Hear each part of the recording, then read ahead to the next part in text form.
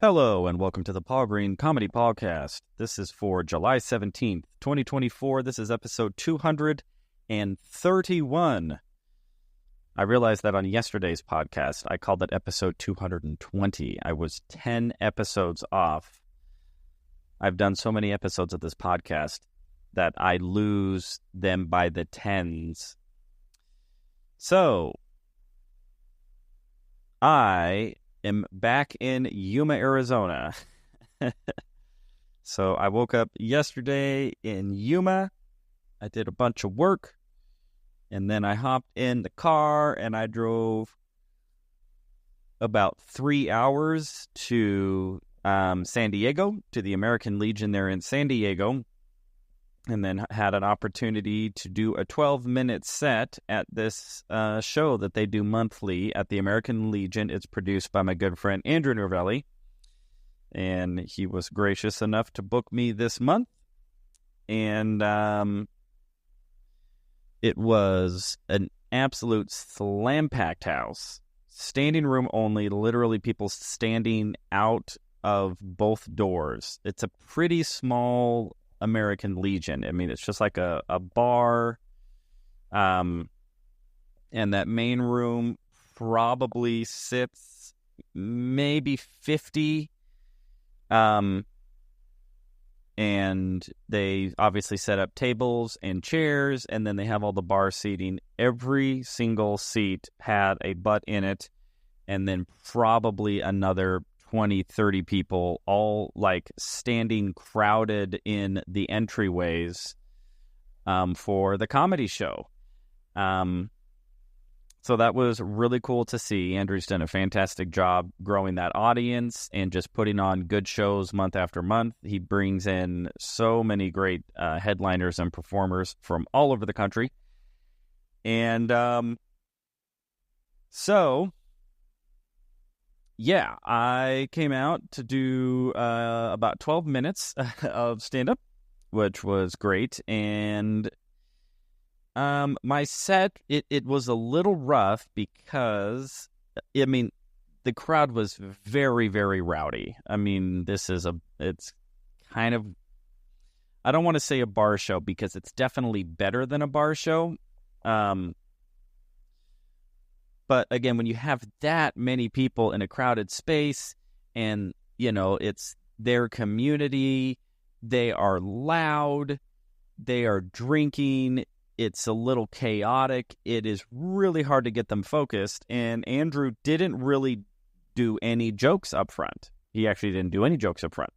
He just starts the show and then, you know, he gets them sort of focused and trying to get their attention up front, but he didn't really go into material. And so trying to get that many people in a crowded space, you know, some are standing, some are at the bar, some are getting drinks, some are sitting at the tables, some are sitting at the tables in the back, some are standing in the doorways. There's, you know, bartenders, you know, getting drinks, and there was a bar. There was like a grill outside, and they were grilling up hamburgers. So people are walking in with food, and so there was quite a bit going on.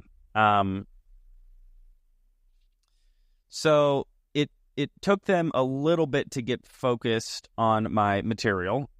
I feel like they did. It was hard to tell. I don't know. It was hard to tell how funny I was being. And I experienced this when I performed there about a year ago. I think there's just something about the acoustics of there. Like, the laughs don't well, it's either that or I didn't get any laughs. I have to accept that as a possibility. I don't think that's the case, though. So I hope that's not the case. So first of all, on stage, there's like this big power generator, like right on stage. It sounded like an air conditioning unit that is just emitting this very loud, just motor sound. And it was pretty loud, so much so that it actually clicked off about 5 minutes in my set. And when that clicked off, all of a sudden I could hear again. And I was like, oh my gosh, I have all of the sound has been drowned out into this I don't even know what it was. I'm saying a power generator. I actually have no idea what that thing was. It could have been, matter of fact, that's as I'm thinking about it, the walk-in refrigerator for the restaurant was right there. So it might have been an actual AC unit for the walk-in refrigerator. I'm just figuring that out now after the fact. So anyway, I was doing the jokes that I'm used to hearing, like really big laughs on, and I heard laughs, but it wasn't like overwhelming me. And so initially, I almost got in my head over that. I'm going, oh no, they don't like these jokes. They're not laughing as loud. But I started to realize that, I just think that is as loud as this room gets in terms of the laughter, just the way the acoustics work, and because there's this big, gigantic walk-in freezer right next to me with a huge generator. So I only had 12 minutes, so I did about 7 or 8 minutes of my new material, and then interviewed a couple in the front row and sang a song about them, and that was all my time. And so I was really happy with the set. I thought overall it went very well. And then the headliner, whose name evidently is also Andrew, went up and just was an unbelievable headliner. And I wish I could remember his last name. I feel bad that I have forgotten. I had a chance to talk with him before the show, and the dude has been doing comedy for 26 years. I guess he was just a traveling road comic full-time for years and years, and then he went to New York, had success in New York, and then moved out to L.A. And I'll tell you, it showed. It definitely showed, and it was very humbling to just see a comic that far ahead of me, that far down the road, who just has, take all of my experience. He has 2.5 times my experience. And from the sound of it, those 26 years, a lot of those were a lot more dedicated and a lot more focused than my 10 years. Because in the 10 years I've been doing stand-up, I was not grinding, that hard at it every year of those 10 years. I really only started going hard at it in about 2019. And 2019 was a really good year, and then the pandemic hit, and then 2021 was a slow year, and then 2022, actually 22 was a really hard year. 2023, I started to pick it back up again, and now 2024, I'm taking it a lot more seriously. So to say I've been doing stand-up for 10 years, it's like, well, in terms of like really grinding hard at stand-up, out of those 10 years, it's probably been more like 3 to 4 if I pieced together how many actual sets I've done. So, it really is humbling just to see somebody who has just put in just an exponential more number of hours than I have. And it was just so clear of how effortlessly funny his stand-up was. And it just sounded so easy, and everything that he talked about just sounded so simple and just made so much sense. It was like he wasn't even trying to tell jokes. It's just everything that he said was just getting these big laughs. And it was good. It was good for me to hear that and just, to get put in my place a little bit, be like, all right, I'm starting to put together a solid 20-minute set that's been going really well. He did an hour, and I didn't hear one dip in that hour. And it was a good reminder that I still got a lot of work to do. After the show, I hopped right in my car, drove right back to Yuma, but not before stopping off at an Applebee's and doing some riding. because it's just very clear to me I've got so much more writing I've got to work through to get this next 20 minutes. And it's been interesting. I have not felt strongly about anything I've put on paper, which is interesting. And so I'm really in this write just to be writing phase where it's like I'm not even focused on writing anything funny or anything that I'm going to use. I'm going, because nothing that's coming out of my head and onto paper feels like anything that I would actually want to use right now.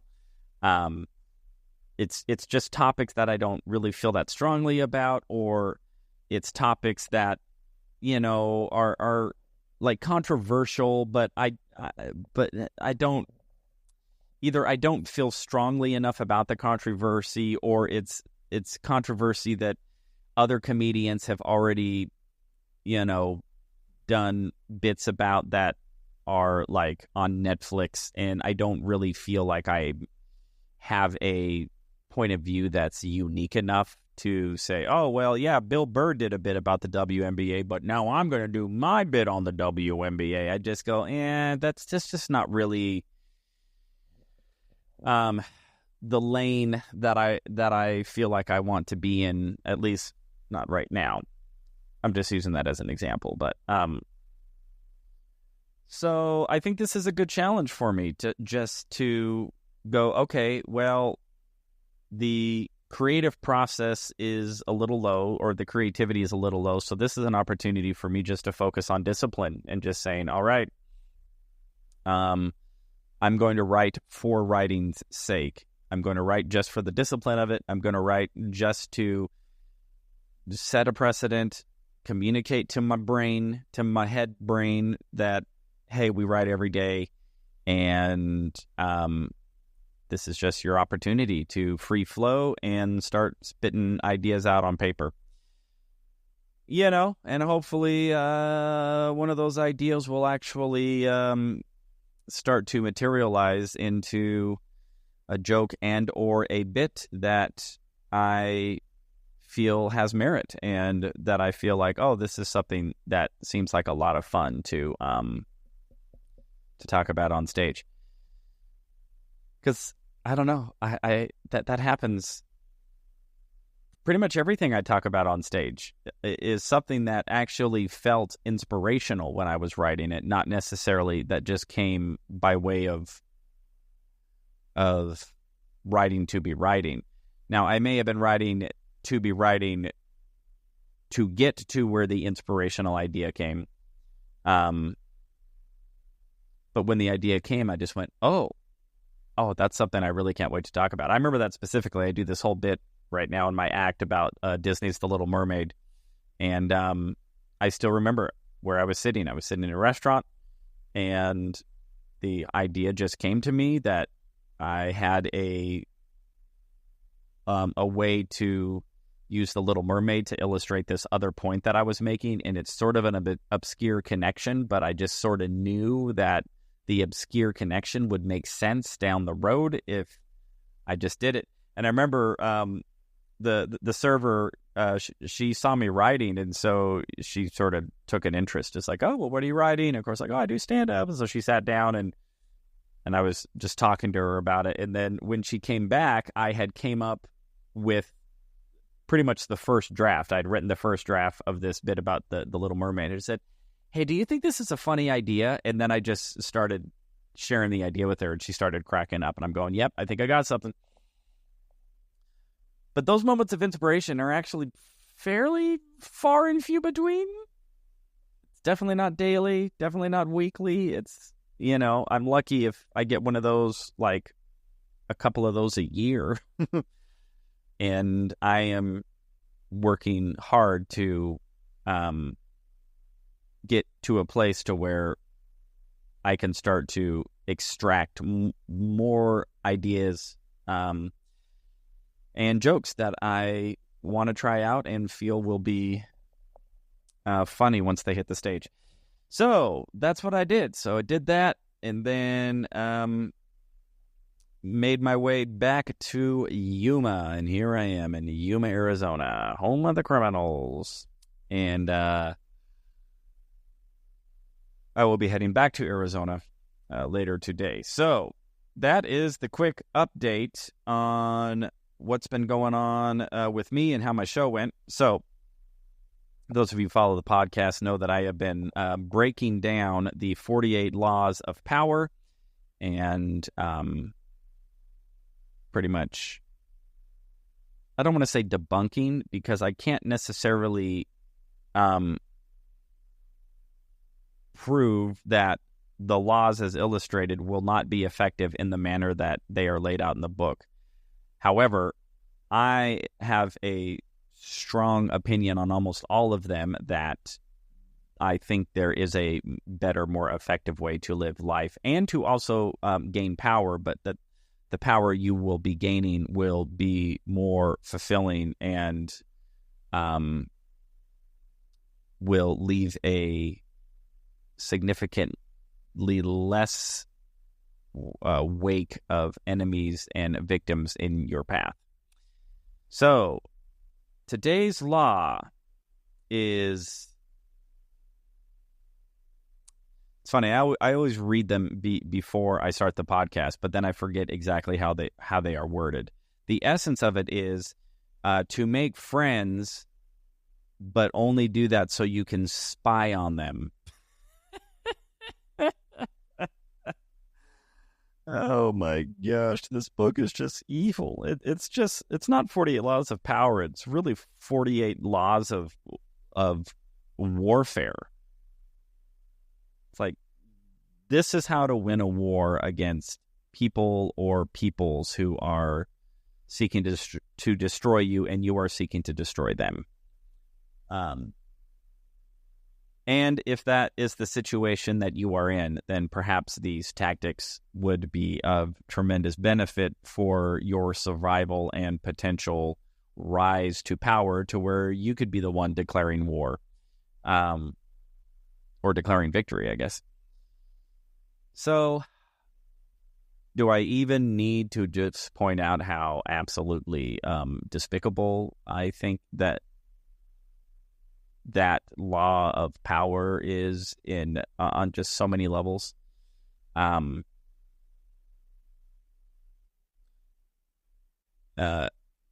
Any human being who I feel privileged enough to call my friend, I have zero information in extracting any data that I would then later use to destroy them, which is what spies do.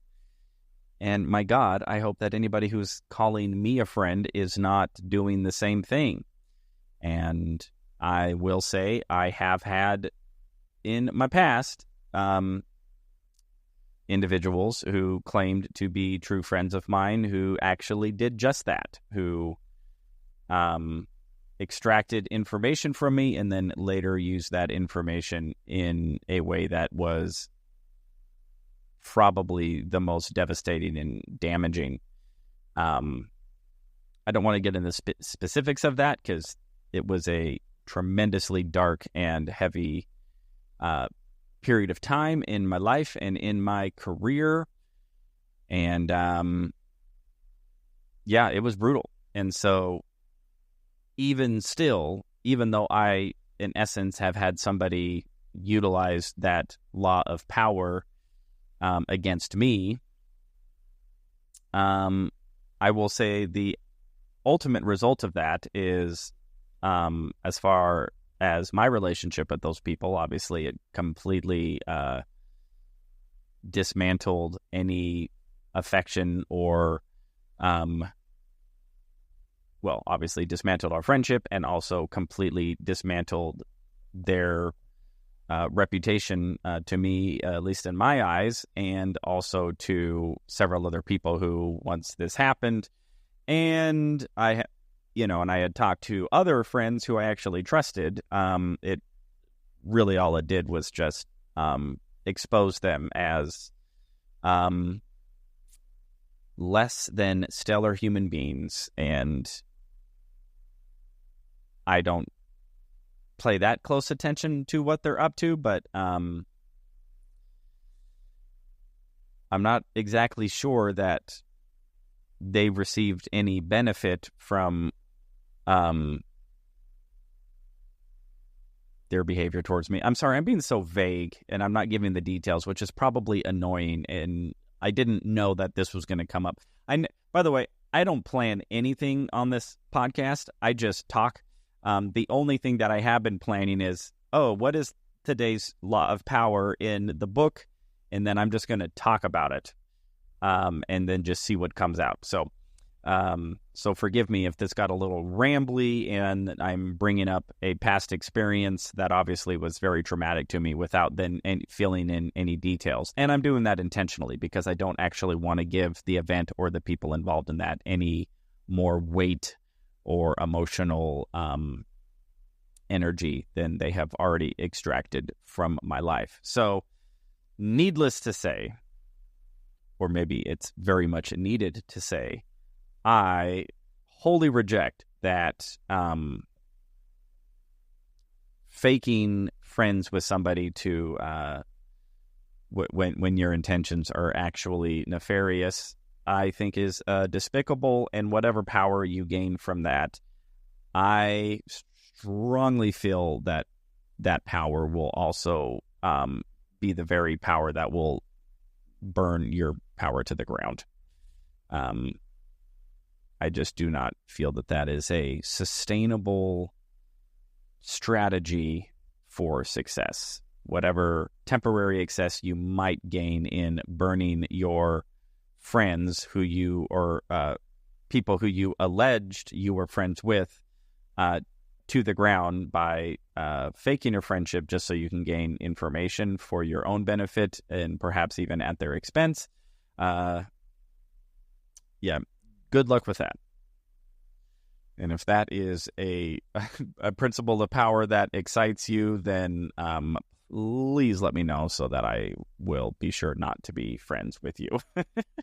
Although you would never tell me that because you're actually a spy, which means you would just pretend to be my friend. Oh, who can be trusted? Nobody. Anyway, I would say if you want to be friends with somebody, be friends with them because you get along and you encourage each other and you trust each other and you can be vulnerable and share vulnerable things without fear of them turning on you. And I'll tell you, that is a rare, precious gift, and I am pleased to say that I do have friends that deep in my life. I remember this one time. Again, I'm going to be very vague with details because the stories are heavy and what actually happened is heavy, and I that's just not what this podcast is for. This is not the tell-all podcast. I am being as vulnerable as I'm comfortable being vulnerable for stuff that's going to live on the internet forever. I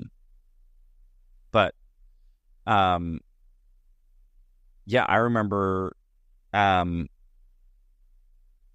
had done something that was kind of stupid, just to be honest. I was not the hero in this particular incident. I had messed up. I knew I'd messed up. I felt horrible about it. What I didn't know is, how bad am I? Like, I knew I screwed up this situation, but it was a situation where I went, yeah, okay, I screwed this up. I get that. But is this like I screwed it up so bad that people should never talk to me again? Or is this more like, yeah, dude, you were dumb and you screwed up. And, maybe try not to be so dumb next time. And I remember thinking, okay, I can't figure this out on my own. I need to talk to a friend of mine. And I need to tell this friend, and I need to be so honest with them. And I just need to tell them everything. And my tendency is going to be to hold back a little bit, or maybe to like brush over a couple details here, or, maybe minimize the stupidity here or whatever. And I just went, nope. Every detail, exactly what happened. Don't doctor anything up. Don't water anything down. And I picked a friend who I will probably not reveal their name. I think that that's probably appropriate for this story. But it was also a female friend, and that was important to me. Because I didn't want to have any bro code. I didn't want to be like, nah, bro, you're good, bro. It's like, no, I wanted to know, like, what is your take? How dumb was I in this situation? And I laid out every detail. They told me exactly what they thought. And they pretty much just said, like, that was kind of dumb. Probably shouldn't, just probably be better next time, pretty much. And then they never brought it up again. And they've just and this person's just been a good friend ever since. And this friend totally could have used that information to be like, Paul's kind of an idiot, maybe I shouldn't be friends with him anymore or whatever. And that was totally within their right. And I am just so grateful that I have those types of people in my life that I can be that honest and that vulnerable with, especially when I'm not the hero of the story, and that I can get an honest feedback but still be loved and still be appreciated and seen and heard and understood. And those friendships to me are invaluable. And I would, the thought that I would intentionally engage somebody and make them think that I'm their friend to the point to where they would divulge sensitive information so that then I could turn around and use that against them. I just absolutely cannot wrap my head around anybody touting that as an effective strategy for life. Again, unless your whole goal and strategy in life is to just exert absolute power at the utter destruction of anybody and everyone around you, which I just don't think that that's a good idea. So I would say if you have good friends, cherish those friendships, especially those who will be there with you during the darkest times, be with you even when you were an idiot, and also be with you when you're being awesome and getting along and having a good time. Those types of friendships have made my life incredibly meaningful and incredibly fulfilling, and I would never intentionally do anything to jeopardize a friendship like that. So, there you go, everybody. Love your friends, and maybe don't make friends just to spy on them. That would be my advice for episode 231. All right, everybody. That is the update for today. I hope all your dreams are going well. You're out there pursuing what it is that is calling to you and what is meaningful to you, and that you are finding joy, happiness, and fulfillment and meaning in that journey. So this is the Paul Green Comedy PaulCast, episode 231 for July 17th, 2024. I love you all so much, and I will check in with you tomorrow back in Phoenix.